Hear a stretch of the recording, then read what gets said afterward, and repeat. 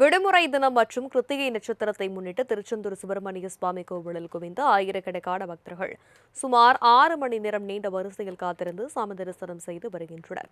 விவரங்களை எமது செய்தியாளர் அருள்குமார் விரிக்க கேட்கலாம். வணக்கம் அருள்குமார். பொதுவான நாட்களை காட்டிலும் இன்று சிறப்புமிக்க நாளாக இருக்கக்கூடிய பட்சத்தில் பக்தர்களின் வருகை எப்படியாக இருக்கிறது? கோவில் நிர்வாகம் தரப்பிலிருந்து என்ன சொல்லப்படுகிறது? வணக்கம் தனலட்சுமி. அறுபடை வீடுகளில் 2ஆம் படை வீடாக இருக்கக்கூடிய திருச்செந்தூர் முருகன் கோவில் சிறந்த பரிகார ஸ்தலமாக விளங்கி வருவதால் இந்த கோவில் திருவிழா நாட்களை தவிர்த்து, அதாவது இந்த கோவில் நடைபெறக்கூடிய முக்கிய திருவிழா நாட்களை தவிர்த்து மற்ற நாட்களிலும், அதாவது விடுமுறை தினம் போன்ற விசேஷ நாட்களிலுமே பல்லாயிரக்கணக்கான பக்தர்கள் தரிசனம் செய்து வருவது தொடர்ந்து வழக்கமாக இருந்து வருகிறது.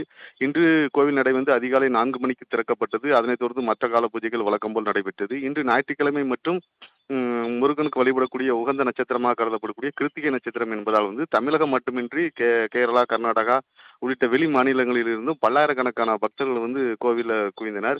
மேலும் அவர்கள் அதிகாலை 4 மணிக்கு நடை திறப்பதற்கு முன்னரே பக்தர்கள் வரிசையில் காத்திருக்கின்றனர், இருந்து தரிசனம் செய்து வந்துட்டு இருக்காங்க. அதுபோக பக்தர்கள் கோவில் கடல், அதாவது புனித தீர்த்தமாக கருதப்படக்கூடிய கோவில் கடல் நாளிக்கிணறு பகுதிகளில் ஏராளமான பக்தர்கள் குவிந்து புனித நீராடி வருகின்றனர். நாளிக்கிணற்றில் புனித நீராட பக்தர்கள் வரிசையில் காத்திருக்கக்கூடிய சூழ்நிலையும் இன்று ஏற்பட்டுள்ளது.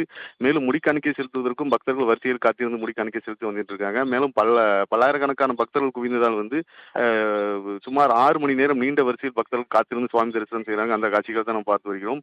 தற்போது பல்லாயிரக்கணக்கான பக்தர்கள் குவிந்ததால் திருச்செந்தூர் நகர் பகுதி போக்குவரத்து நெரிசல் ஏற்பட்டுள்ளது. மேலும் கோவில வரக்கூடிய வெளியூர் வாகனங்களுக்கு, அதாவது பார்க்கிங் வசதி குறைவாக உள்ளது. அதனால் தனியார் பார்க்கிங், அதாவது ஏற்பாடு செய்யப்பட்ட தனியார் பார்க்கிங் மற்றும் புறநகர் பகுதிகளில் பார்க்கிங் அமைச்சு கொடுத்திருக்காங்க. கோவில் தரப்புல இன்னும் பார்க்கிங் அமைத்து கொடுக்கப்படவில்லை. மெகா திட்ட பணிகள் 90% மேற்பட்ட பணிகள் நிறைவடைந்த நிலையில கோவில்ல பார்க்கிங் வசதி செய்து கொடுப்ப தாமதித்து வருவதால் வெளியூர்ந்து வரக்கூடிய வாகனங்கள் சுமார் 3-4 கிலோமீட்டர் வெளியிலேயே அந்த புறநகர் பகுதியிலேயே பார்க்கிங் நிறுத்த வேண்டிய சூழ்நிலை ஏற்பட்டுள்ளது.